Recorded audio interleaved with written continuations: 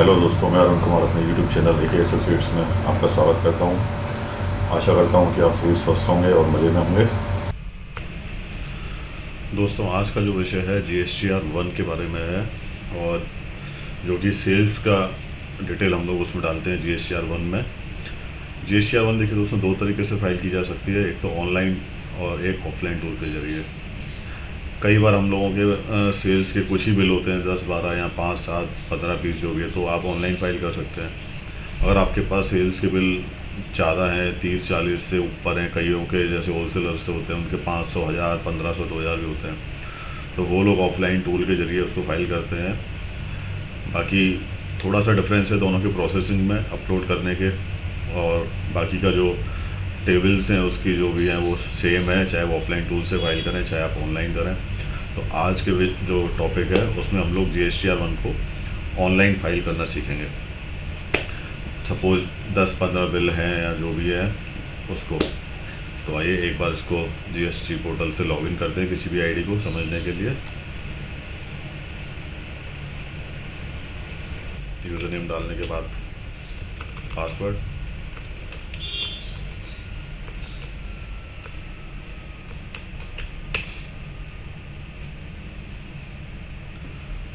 देखिए दोस्तों, ये लॉगिन करने के बाद अपना डैशबोर्ड ओपन हो गया है।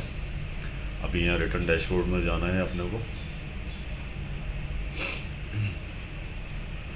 रिटर्न डैशबोर्ड में जाने के बाद जैसे ही आप देख रहे हैं कि फाइनेंशियल ईयर्स आ रहे हैं अपने पास ऑप्शंस, उसके बाद क्वार्टर सेलेक्ट करने का है, देन पीरियड, उसके बाद सर्च। तो अभी फाइनेंशियल ईयर 2023-24 चल रहा है और लास्ट क्वार्टर चल रहा है, जैसा कि आप जानते हैं जनवरी और मार्च वाला। तो अभी जनवरी सेलेक्ट करना है पीरियड में, जनवरी की रिटर्न जा रही है, यहाँ सर्च करते हैं हम लोग। तो ये एक डैशबोर्ड ओपन हो जाता है जिसमें आपके पास GSTR 1, GSTR 2A 2B और 3B का टैब ओपन हो जाता है। तो अभी हम लोग GSTR 1 के बारे में सीख रहे हैं। देखिए दोस्तों, इसमें जैसा कि मैंने बताया, प्रिपेयर ऑनलाइन प्रिपेयर ऑफलाइन दोनों ऑप्शन दिए हुए हैं। तो आज जो है प्रिपेयर ऑनलाइन के बारे में हम सीख रहे हैं कि ऑनलाइन कैसे GSTR 1 फाइल कर सकते हैं। तो अभी प्रिपेयर ऑनलाइन पर क्लिक करते हैं इसको। देखिए दोस्तों, हर बार मैं जैसे कि पहले भी बता चुका हूँ कि GSTR 1 में आपको फाइल करने की जो ड्यू डेट है वो 11 तारीख होती है हर महीने के अगले महीने में।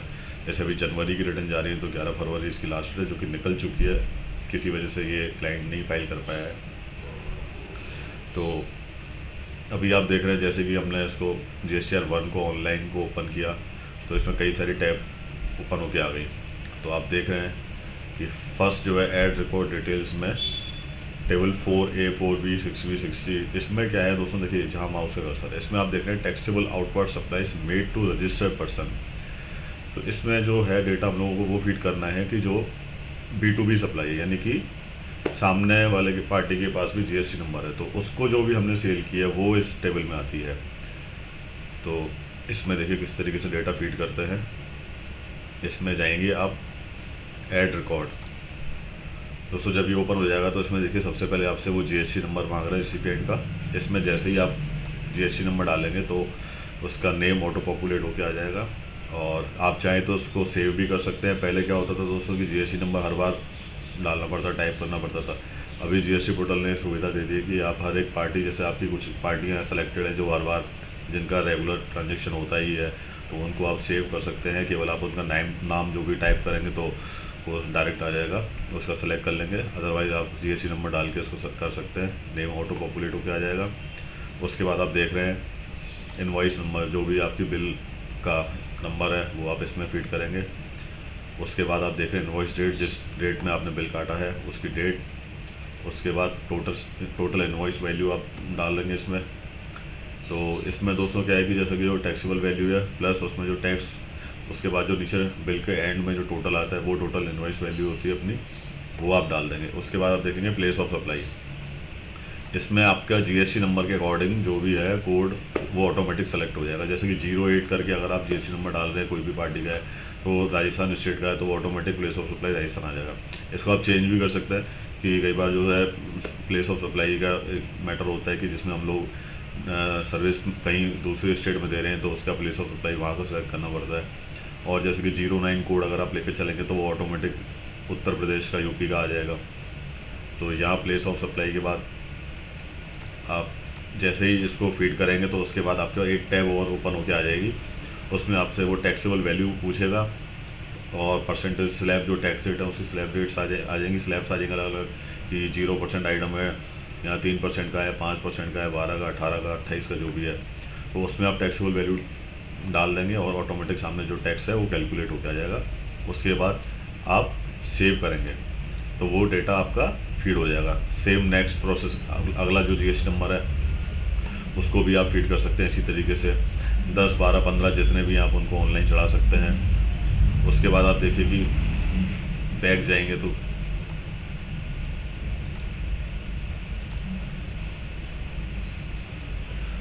दूसरी टेबल आपके पास आती है B2C लार्ज इन्वॉइसेस। इसमें देखिए दोस्तों, जैसा कि ऊपर आप पहले ही देख रहे हैं, आपको हिंट दे रहे हैं, taxable outward supplies to a unregistered person when place of supply state code is other than the state where supply is located, inter state supplies and invoice values more than ₹2.5 lakh. Simple सोवर समझ लीजिए दोस्तों, इसमें जो है उन लोगों का डेटा फीड करना है जो नॉन जीएसटी होल्डर हैं, जिनके पास जीएसटी नंबर नहीं है और जिनको कैश सेल किया है, लेकिन इसमें वो कैश सेल आएगी जिसकी वैल्यू 2.5 लाख रुपए से ज़्यादा है।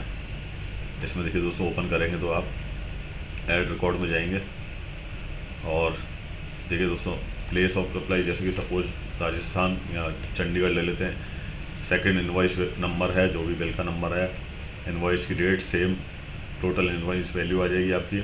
उसके बाद जितने भी परसेंट का आइटम है, 6 का, 5 का, जो भी है, आप उसमें टैक्सेबल वैल्यू डालेंगे, टैक्स ऑटोमेटिक कैलकुलेट होकर आ जाएगा और आप यहाँ से सेव कर सकते हैं।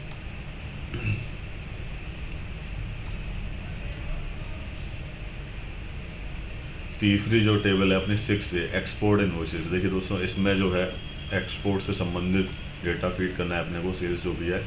अगर आप ऐड रिकॉर्ड में जाएंगे तो देखेंगे कि आपसे इनवॉइस नंबर मांग रहा है, इनवॉइस की डेट मांग रहा है, पोर्ट कोड जो है, शिपिंग का जो भी पोर्ट कोड है वो आपको इसमें देना है, शिपिंग बिल नंबर है या बिल ऑफ एक्सपोर्ट नंबर। उसके बाद टोटल इनवॉइस वैल्यू आपसे पूछ रहा है, इनवॉइस वैल्यू। उसके बाद आपसे पूछ रहा है कि जीएसटी पेमेंट आपने विद पेमेंट ऑफ टैक्स किया है कि विदाउट पेमेंट ऑफ टैक्स किया है, दोनों ऑप्शन आते हैं। तो इसमें से किसी को भी सिलेक्ट कर लेंगे आप। Generally without payment of tax लोग करते हैं इसमें, और इसके लिए आपको पहले letter of undertaking LUT file करना पड़ता है हर साल के स्टार्टिंग में। जैसे अभी फेब चल रहा है तो मार्च तक आप एक्सपोर्टर्स को LUT फाइल करना पड़ता है, जिससे कि वो विदाउट पेमेंट ऑफ टैक्स की कैटेगरी में आ जाते हैं। और अगर वो फाइल नहीं कर पाते हैं तो वो विद पेमेंट ऑफ टैक्स जाते हैं, बाद में उसका रिफंड क्लेम करते हैं। सेम इसमें आप देखेंगे टैक्सेबल वैल्यू और जिस भी स्लैब का आइटम है वो सामने ऑटोमेटिक टैक्स कैलकुलेट होके आ जाएगा। उसके बाद टेबल 7 में आप देखेंगे B2C अदर्स। देखिए दोस्तों, इसमें वो डेटा फीड करना है जो नॉन जीएसटी होल्डर्स हैं, यानी कैश सेल होती है, काउंटर सेल जिसमें हम कहते हैं कि फुटकर सेल भी कह सकते हैं एक तरीके से। इसमें सिंपल सोवर आपको क्या है कि एक एक बिल का डेटा नहीं डालना होता है। B2CS में क्या होता है कि कंसोलिडेटेड आपको एक सेल्स अमाउंट उसमें डालना पड़ता है कि जैसे कि 5% का राजस्थान के अंदर 10,000 के 10 बिल हैं, तो वो आप अलग अलग न चढ़ा के 10 बिलों को एक साथ ही 1 लाख रुपए इसमें चढ़ाएंगे। और ऐसे ही अगर अदर स्टेट का कोई है, यूपी का है, तो 09 प्लेस ऑफ सप्लाई लेके और उसके बाद taxable value tax rate select करेंगे और सेव कर देंगे। उसके बाद 8A8B8C में आप देख रहे हैं नील रेटेड सप्लाईज। इसमें दोस्तों देखिए 4 कंडीशंस है, और चाहे वो नील रेटेड है, चाहे एग्जेम्प्टेड है, चाहे नॉन जीएसटी है। नॉन जीएसटी में आपके पास जनरली पेट्रोल का आता है, इसमें डीजल का आता है। एग्जेम्प्टेड में जो गुड्स टैक्स फ्री हैं, जैसे कि बाजरा या कुछ और चीज़ें हैं जो टैक्स फ्री हैं, इस तरीके से वो एग्जेम्प्टेड में आप ले सकते हैं। कुछ मेडिसिन भी एग्जेम्प्टेड हैं, वो भी इसमें आती हैं। और नील रेटेड में जो है, जिनको नील रेटेड रखा गया है अभी, वो इसमें आती हैं। कैटेगरी लगभग एक जैसी दिखेगी आपको, टैक्स का कोई फ़र्क नहीं पड़ता, टैक्स लाइबिलिटी क्रिएट नहीं होती है, बट थोड़ा सा इनको अलग अलग हेड दिए गए हैं, तो वो उसी हिसाब से आपको सेलेक्ट करके इसमें डेटा देना है। इसमें फिर आपके पास 4 कंडीशंस आती हैं दोस्तों। Intra state supplies to registered person. देखिए दोस्तों, अगर आप सेम स्टेट में सेल्स कर रहे हैं और रजिस्टर्ड पर्सन है तो इसमें फर्स्ट वाले कॉलम में आप टेबल उसमें आएंगे, रो में।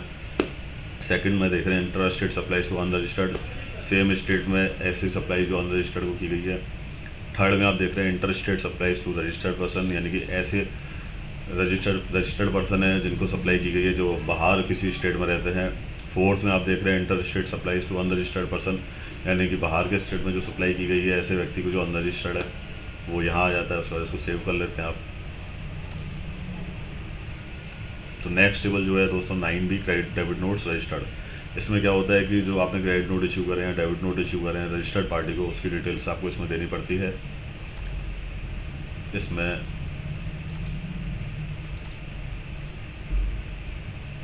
देखिए दोस्तों GST नंबर पार्टी का आप देंगे, नेम ऑटोमेटिक आ जाएगा। डेबिट क्रेडिट नोट का नंबर जो भी आपने दिया है वो उसका डेबिट क्रेडिट नोट की जो डेट है, जिस डेट को आपने इशू किया है, नोट टाइप है, इसमें से आप सेलेक्ट करेंगे कि क्रेडिट नोट है तो क्रेडिट, डेबिट नोट डेबिट हो जाएगा। उसके बाद नोट की value, note value in the sense की जो जैसे बिल की वैल्यू होती है, जैसे डेबिट नोट या क्रेडिट नोट की जो वैल्यू है वो इसमें आप लेंगे। Place of supply automatic GST number का जो कोड है, जैसे कि राजस्थान का है या यूपी का जो भी, वो ऑटोमेटिक सेलेक्ट होकर आ जाएगा। उसके बाद आप उसमें सेव करेंगे तो बिफोर से सेव करने से उसमें एक ऑप्शन और आ जाएगी कि क्या टैक्सेबल वैल्यू कितनी है, कितने % का आइटम है, तो वो उसको डेटा को फीड करने के बाद उसको आप सेव कर लेंगे। इसके बाद देखिए दोस्तों 9B में क्रेडिट डेबिट नोट्स जो है अनरजिस्टर्ड का है। अभी तक इस टेबल में कोई भी डेटा फीड करने की आवश्यकता नहीं है, क्योंकि अभी ऐसा मैंडेटरी नहीं है कि अनरजिस्टर्ड का इसमें GST में हम लोग इसका डेटा दे रहे हैं क्रेडिट डेबिट नोट का, तो इसको अभी आप लोगों को छोड़ देना है। नेक्स्ट जो आप देख रहे हैं टैक्स लायबिलिटी एडवांस। इसमें दोस्तों देखिए किसी से आपने अगर एडवांस ले रखा है तो उसकी डिटेल आपको इसमें देनी है। हालांकि ये भी मैंडेटरी अभी नहीं है, कुछ बाकी आपकी चॉइस, आप चाहें तो उसमें अपना डेटा दे सकते हैं। किसी ने जैसे आपको 2 लाख रुपए का माल है सपोज और 1 लाख एडवांस दे दिया है, तो वो एडवांस का जो है आप इसमें दे सकते हैं डेटा। उसके बाद आप देखेंगे एडजस्टमेंट ऑफ एडवांसेस। देखिए दोस्तों ये टेबल इसी से जुड़ी हुई है। जैसे अगर कोई आपको 2 लाख रुपए के माल के बदले में 1 लाख एडवांस देता है, बाद में जो वो कुछ उसका एडजस्टमेंट होता है, एडवांस में से कितने रुपए का कंफर्म माल बिक चुका है, तो उसको यहाँ पर एडजस्ट कर सकते हैं जब तक कि वो एडवांस जो अमाउंट आपके पास रखा होगा वो कंप्लीट एडजस्ट नहीं हो जाता है। पर ये भी मैंडेटरी नहीं है, तो अभी आप इनको इग्नोर कर सकते हैं। उसके बाद आप 12 नंबर में देखें HSNY summary of outward supplies. इसमें देखिए दोस्तों जो हम गुड्स सेल कर रहे हैं, हमारे पास जैसे कि 5 आइटम है, तो पाँचों के अलग अलग HSN कोड होते हैं। और जैसा कि आप जानते हैं कि 1.5 करोड़ और 5 करोड़ के बीच में अगर आपकी सेल है, आप तो खैर वो 1.5 करोड़ की लिमिट भी खत्म कर दी है। आप तो इतने सिंपल सोबर ये समझिए कि 5 करोड़ से नीचे का अगर आपका टर्नओवर है एनुअल, तो आपको 4 डिजिट में HSN कोड देना है। और अगर जो टर्नओवर 5 करोड़ से ऊपर है तो आपको 4 डिजिट से ज़्यादा का HSN कोड देना है। चाहे वो 6 में दे सकते हैं या आगे और चाहें तो बढ़ा के दे सकते हैं, चॉइस है आपकी। तो इसमें आपको HSN कोड देना है। गुड्स की डिस्क्रिप्शन देनी है कि क्या है गुड्स, मेडिसिन है, मोबाइल है, कोई इलेक्ट्रॉनिक्स का कोई आइटम है पर्टिकुलर, उसका नाम दे सकते हैं। वैसे तो HSN के हिसाब से वो ऑटोमेटिक ट्रेस कर लेता है। उसके बाद UQC में आप देख रहे हैं कि क्वांटिटी का जो कोड है, जैसे कि क्विंटल में है, वेट है तो, और लीटर्स का है, किलोलीटर्स का है, बॉक्सेस का है, उसी के हिसाब से आपको क्वांटिटी फीड करनी है कि जैसे बॉक्सेस है तो नंबर कितने हैं, बॉक्सेस के 10 हैं, 20 है, जो भी आपने पर्टिकुलर उस HSN कोड के एवज में सेल किया है। देन टोटल टैक्सेबल वैल्यू है कि जितनी भी उस पूरे HSN कोड में जितना भी माल आपने बेचा है उसकी टैक्सेबल वैल्यू कितनी है। उसके बाद आप टैक्स रेट सेलेक्ट करेंगे, 5, 12, 18, 28 जो भी है। IGST अगर आपने अदर स्टेट सेल किया है और लोकल सेल है आपकी सेम स्टेट में, तो सेंट्रल और स्टेट में आ जाएगा। अगर कोई ऐसा आइटम है जो इसके सेस भी इंक्लूड है जिसमें, तो वो सेस का अमाउंट आप इसमें दे सकते हैं। और ऐसे ही फिर इसको सेव करने के बाद दूसरा HSN कोड है तो उसको आप दे सकते हैं, तीसरा, चौथा, इस तरीके से ये आप सेव कर लेंगे। 13 में आप देख रहे हैं डॉक्यूमेंट्स इशूड। इसमें क्या है दोस्तों, पूरे महीने में जितने भी बिल आपने इशू करें उसकी डिटेल देनी है। इनवॉइसेस फॉर आउटवर्ड सप्लाई, ये इतने नंबर से लेकर इतने नंबर तक हमने जनवरी में बिल दिए हैं, 1 जनवरी से लेकर 31 तारीख तक, तो वो उसकी आपको डिटेल देनी थी। और कोई बिल आपने कैंसिल किया है तो उसका इसमें ब्यौरा देना पड़ेगा, तो नेट इशूड उसको माइनस करके ऑटोमेटिक आ जाएगा। उसके बाद आप देख रहे हैं कि रिवाइज नोट्स हैं, डेबिट नोट जो अगर आपने इशू करें, क्रेडिट नोट इशू करें तो उनकी डिटेल दे सकते हैं। कुल मिला के जितने भी आपकी वाउचर्स हैं, बिल्स हैं, उनकी डिटेल आपको नंबर्स की यहाँ देनी है कि कितने नंबर्स आपने इशू कर रखे हैं। देखिए दोस्तों ये 13 तक जो है डॉक्यूमेंट इशू तक अपने GSTR 1 में दिसंबर तक में था। अभी 2 टेबल नई ऐड कर दी हैं जनवरी से। 14 supplies made through e commerce और सप्लाईज अंडर सेक्शन 9515। इसके बारे में अलग से मैंने एक वीडियो बनाई हुई है टेबल 14 और 15 के ऊपर, लिंक मैंने डिस्क्रिप्शन में दे दिया है, तो आप उसको देख सकते हैं। उसमें पूरा डिटेल से मैंने समझाया है कि टेबल 14 और 15 में क्या किस तरीके से आपको सेल्स का डेटा देना है। दोनों ही टेबल इस तरीके से हैं कि इसका कोई भी आपके टैक्स लायबिलिटी पे इफेक्ट नहीं आएगा, जस्ट ये इन्फॉर्मेशन देने के लिए दी गई है, लेकिन कंपलसरी है इनको इसमें डेटा देना। तो एक बार इसको समझ लेते हैं दोस्तों। टेबल 14 में आप देखिए liable to collect tax under section 52 TCS। Online जो आप अमेजोन फ्लिपकार्ट से सेल कर रहे हैं तो उसमें TCS आपका कटता है, वो टैक्स जो आप वो डिटेल देते हैं B2B B2C इसमें ऑलरेडी दे चुके हैं बाहर। बाकी उसकी समरी आपको यहाँ देनी होती है कि आपने कितना सेल जो है ऑनलाइन किया है और उसके बाद आप देख रहे हैं लायबल टू पे टैक्स अंडर सेक्शन 95। यहाँ वो सेल आती है जो रेस्टोरेंट वगैरह ऑनलाइन जोमेटो या स्विगी के थ्रू करते हैं, और इसमें वो जो डेटा है वो ऑटोमेटिक जाके आपको 3B में पॉपुलेट होकर आ जाएगा। लेकिन टैक्स जो है वो आपको नहीं चुकाना है, टैक्स जो है जोमेटो स्विगी वाले खुद ही चुकाते हैं। डिटेल के लिए आपको मैंने बताया, वो वीडियो देख सकते हैं जिसमें टेबल 14 और 15 को मैंने समझाया है। टेबल 15 में आप देख रहे हैं सप्लाईज अंडर सेक्शन 95। ये उन ई कॉमर्स ऑपरेटर्स के लिए है जो ऑनलाइन अपने प्लेटफॉर्म पर सेल कराते हैं, जैसे कि अमेजोन है, फ्लिपकार्ट है, मीशो है। ये डेटा वो जो टेबल है वो उन लोगों के लिए दी गई है, उनको इसमें अपना डेटा फीड करना है। उसके बाद आप देखते हैं अमेंड रिकॉर्ड डिटेल्स। देखिए दोस्तों, अगर हमने जैसे दिसंबर में कोई रिटर्न में कोई मिस्टेक हुई है और यहाँ कोई उसमें करेक्शन करना है और फाइल होने के बाद, तो उसको हम नेक्स्ट मंथ में कर सकते हैं। रिवाइज़ का ऑप्शन हमारे पास नहीं है, GST में किसी भी रिटर्न को रिवाइज़ नहीं कर सकते हैं। तो अगर कोई मिस्टेक हुई है या उसको अमेंड करना है किसी वजह से, तो अमेंड रिकॉर्ड डिटेल्स में जाके हम कर सकते हैं। 9A में देख रहे हैं आप amended B2B invoices. Suppose last month में हमने कोई GST नंबर गलत चढ़ा दिया, बिल नंबर 114 बिल नंबर है, और हमने उसको GST नंबर कोई था और उसमें दूसरा GST नंबर डल गया, या सपोज कोई टैक्सेबल वैल्यू कुछ थी 10,000 रुपये, उसकी जगह वो 12,000 चली गई, या टैक्स का जो रेट है वो गलत सेलेक्ट हो गया, कोई भी गलती हो सकती है, तो उसका करेक्शन आप इसमें कर सकते हैं 9A में। सेम B2C जो लार्ज इन्वॉइसेस हैं, जैसा कि उसमें अगर कोई मिस्टेक हुई है तो 9A में आप जाके कर सकते हैं। एक्सपोर्ट के इन्वॉइसेस में कोई गलती हुई है, उसको अमेंड करना है तो 9A में जाके कर सकते हैं। और क्रेडिट नोट डेबिट नोट्स में अगर जो आपने कोई मिस्टेक हुई है, जैसे कोई क्रेडिट नोट डेबिट नोट का नंबर गलत चला गया है या डेट गलत चली गई है, उसको आप अमेंड कर सकते हैं 9C में जाके। सेम उसमें अंदर रजिस्टर्ड का है, अभी तक हालांकि मैंडेटरी नहीं है, पर इसको ऑप्शन इन्होंने दे रखा है कि कल को अगर ये एक्टिव होती है तो इसका जो अमेंडमेंट है 9C में आप देख रहे हैं कर सकते हैं। टेबल 10 में आप देख रहे हैं अमेंडेड B2C अदर्स, जो कि B2C अपन जो सप्लाई दिखाते हैं उसमें अगर कोई करेक्शन करना है, अमाउंट में कम करना है, ज़्यादा करना है, टैक्स रेट चेंज करनी है या प्लेस ऑफ सप्लाई को बदलना है, तो आप इसमें कर सकते हैं टेबल 10 में अमेंडेड B2C अदर्स में जाके। उसके बाद आप देख रहे हैं 11A में amended tax liability advance. Advance के ऊपर अगर आपको कोई अमेंडमेंट करना है तो वो आप इसमें जाके कर सकते हैं। सेम उसके बाद 11B में amendment of adjustment of advances, इसमें जाके आप उसको अमेंड कर सकते हैं। जो एडजस्टमेंट कर रहे हो आप, एडवांस का करना कुछ था और वो कुछ क्या 10,000 की जगह 12,000 सब कुछ, तो आप इसको अमेंड कर सकते हैं यहाँ आके।